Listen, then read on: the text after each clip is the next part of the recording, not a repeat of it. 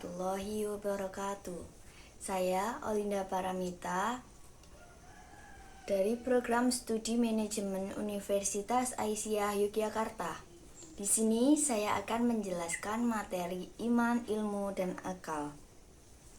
Pertama, saya akan menjelaskan apa itu iman. Iman berarti membenarkan. Hal itu disebutkan dalam Al-Quran, diantaranya dalam surat At-Taubah ayat 62 yang bermaksud dia Muhammad itu membenarkan, mempercayai kepada Allah dan membenarkan kepada orang-orang yang beriman.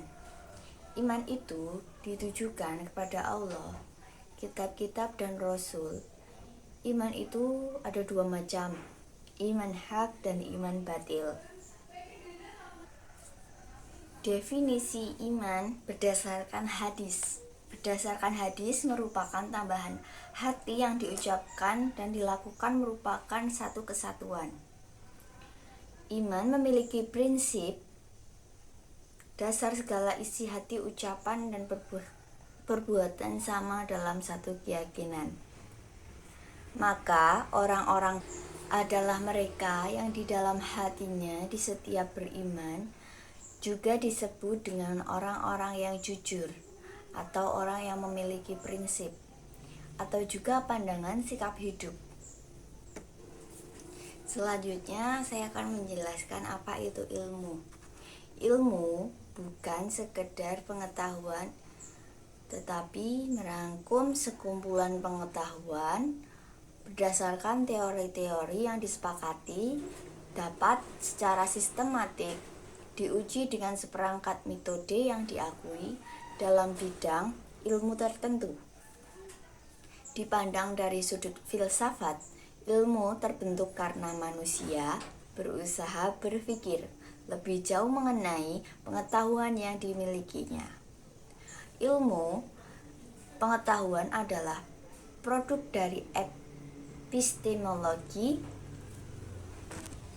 atau teori atau ilmu pengetahuan tentang metode dan dasar-dasar pengetahuan. Ilmu sains atau ilmu pengetahuan adalah seluruh usaha dasar untuk menyelidiki, menemukan, meningkatkan pemahaman manusia dari berbagai segi kenyataan dalam alam manusia. Segi-segi ini dibatasi agar dihasilkan rumusan-rumusan yang pasti.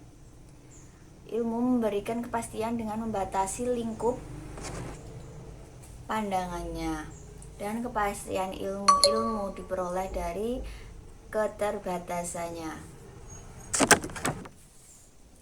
Berikut saya akan menjelaskan apa itu amal. Amal adalah perbuatan manusia.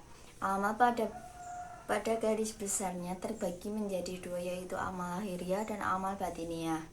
Amal lahiriah adalah amal yang dilakukan oleh anggota badan seperti berzikir, sholat, puasa, dan lain-lain. Sedangkan amal batiniah adalah perbuatan manusia yang dilakukan oleh hati seperti beriman, bersabar, bertawakal, ikhlas, dan lain-lain sebagainya. Hubungan iman, ilmu, dan amal.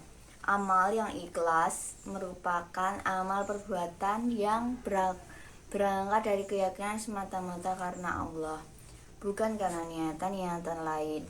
Yang ada di balik itu ciri dari sebuah perbuatan atau amal soleh.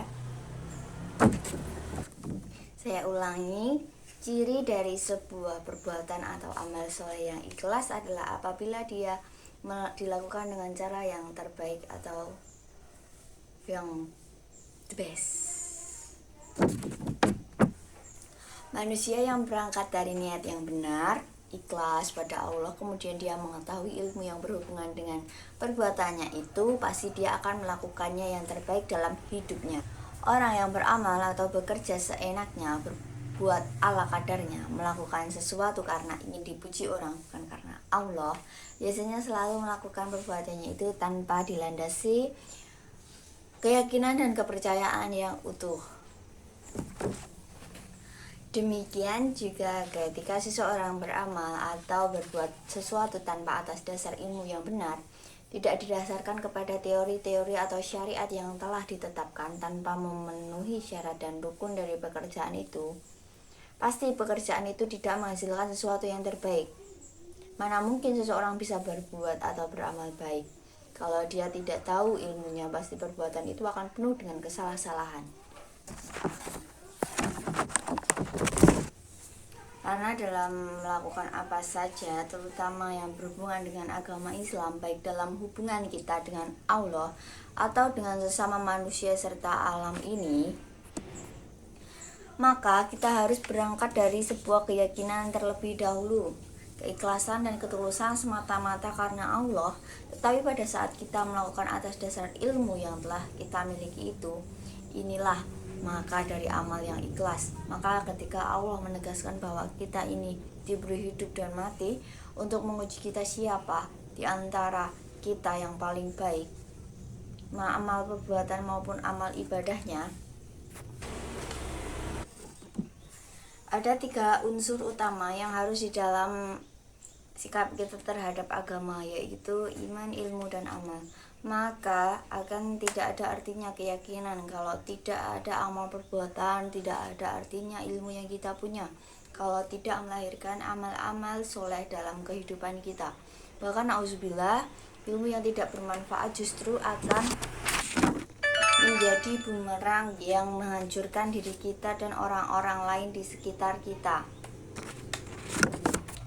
Ancaman keras bagi orang yang tidak beramal dengan ilmunya. Al-Quran dan Sunnah telah memberikan ancaman keras bagi orang yang tidak beramal pada dia punya ilmu atau dia mengajak kebaikan dan beramal, tapi dirinya sendiri tidak mengerjakannya. Di antara dalil-dalil yang menunjukkan ancaman keras tersebut adalah Quran Surat Al-Baqarah 44, yang berarti, mengapa kamu suruh orang lain mengejarkan kebaktian sedang kamu melupakan diri kewajibanmu sendiri, padahal kamu membaca Alkitab Taurat, maka tidaklah kamu berpikir. Allah pun berfirman juga, wahai orang-orang yang beriman, kenapakah kamu mengatakan sesuatu yang tidak kamu kerjakan? Amat besar kebencian di sisi Allah bahwa kamu mengatakan apa-apa yang tidak kamu kerjakan.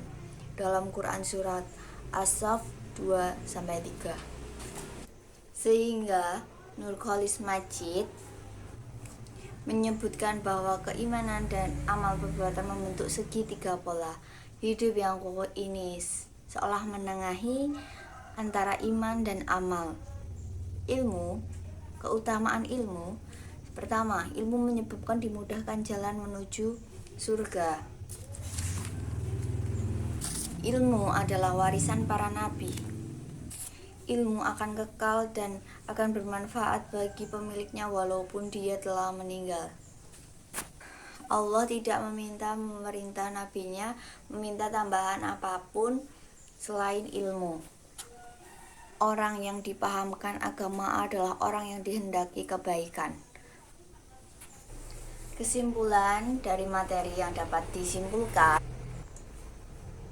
bahwa iman, ilmu, dan amal sangat erat kaitannya dengan kehidupan sehari-hari. Ketiganya memiliki hubungan yang tidak dapat dipisahkan antara satu dengan yang lain.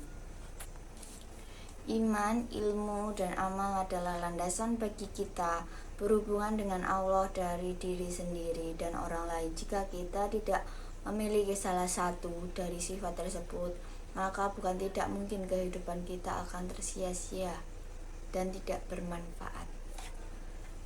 Demikian materi yang dapat saya sampaikan. Bila ada salah-salahnya, saya mohon maaf. Wassalamualaikum warahmatullahi wabarakatuh.